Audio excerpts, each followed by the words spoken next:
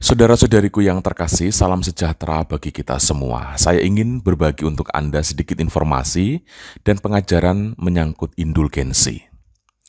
Bulan November itu menjadi bulan di mana Gereja Katolik mengarahkan pandangan pada komunitas gereja yang tidak lagi bersiarah di dunia ini. Kita tahu bersama bahwa komunitas gereja terdiri dari 3 kelompok, yakni komunitas para kudus, komunitas orang yang sedang berada di dalam api pencucian, dan komunitas orang-orang yang sedang bersiarah di dunia ini, yakni kita yang masih hidup. Komunitas gereja itu saling terhubung satu sama lain, dan tetap saling menopang demi persatuan sempurna di dalam Allah.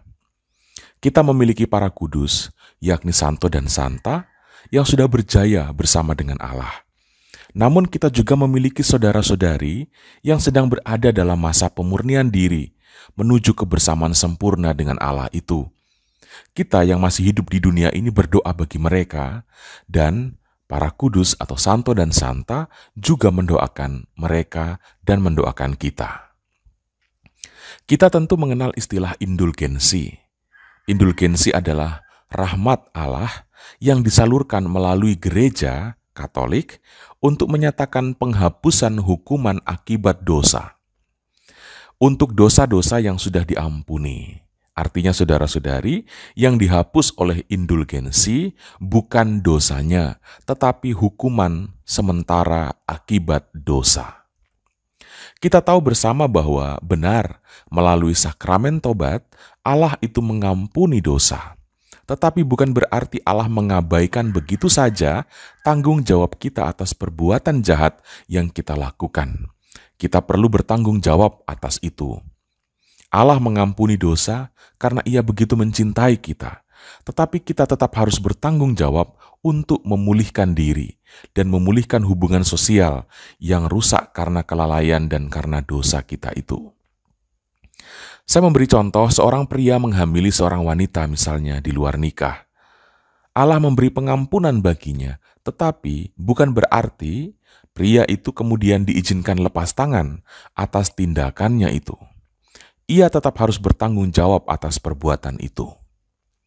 Dosa membuat relasi manusia dengan Allah dan relasi manusia dengan sesama itu menjadi rusak. Maka dengan sakramen tobat, relasi dengan Allah itu dipulihkan. Pulihnya relasi dengan Allah menjadi dasar bagi manusia untuk memperbaiki relasi yang rusak dengan sesamanya. Saya bacakan apa yang tertulis dalam Katekismus Gereja Katolik menyangkut indulgensi. Indulgensi adalah penghapusan siksa-siksa temporal di hadapan Allah untuk dosa-dosa yang sudah diampuni. Artinya diampuni dalam sakramen tobat.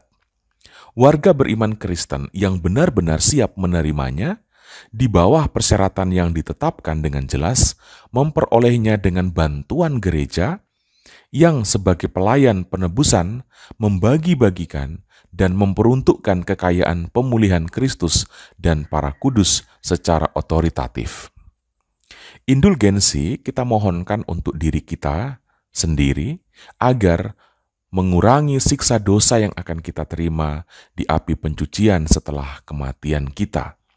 Namun, indulgensi bisa juga kita mohonkan untuk jiwa-jiwa orang lain yang sudah meninggal dunia. Selama bulan November, khususnya tanggal 1 sampai tanggal 8 November, gereja memberi rahmat indulgensi penuh bagi jiwa-jiwa di api pencucian. Nah, berikut ini saya ingin berbagi untuk Anda syarat-syarat apa saja yang harus kita lakukan untuk memperoleh indulgensi tersebut. Yang pertama, terimalah rahmat pengampunan dosa dengan mengikuti sakramen tobat. Anda bisa mengikuti sakramen tobat ini sekali saja dalam rentang waktu Anda memohonkan rahmat indulgensi tersebut. Yang kedua, ikutilah perayaan Ekaristi dan sambutlah tubuh Kristus.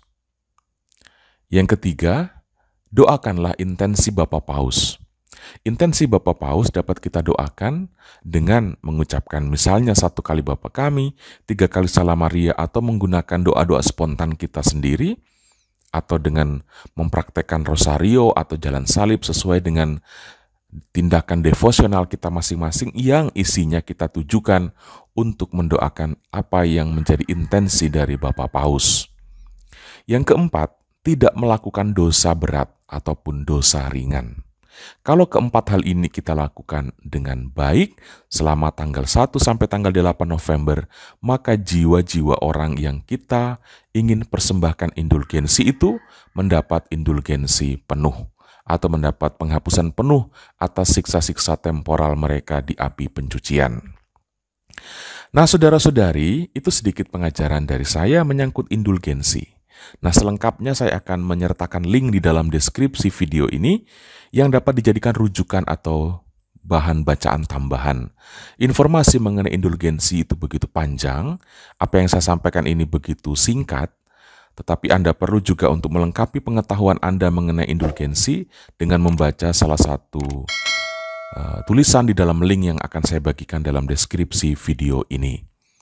Selamat mendoakan jiwa-jiwa orang yang sedang berada di api pencucian. Tuhan Yesus memberkati kita semua.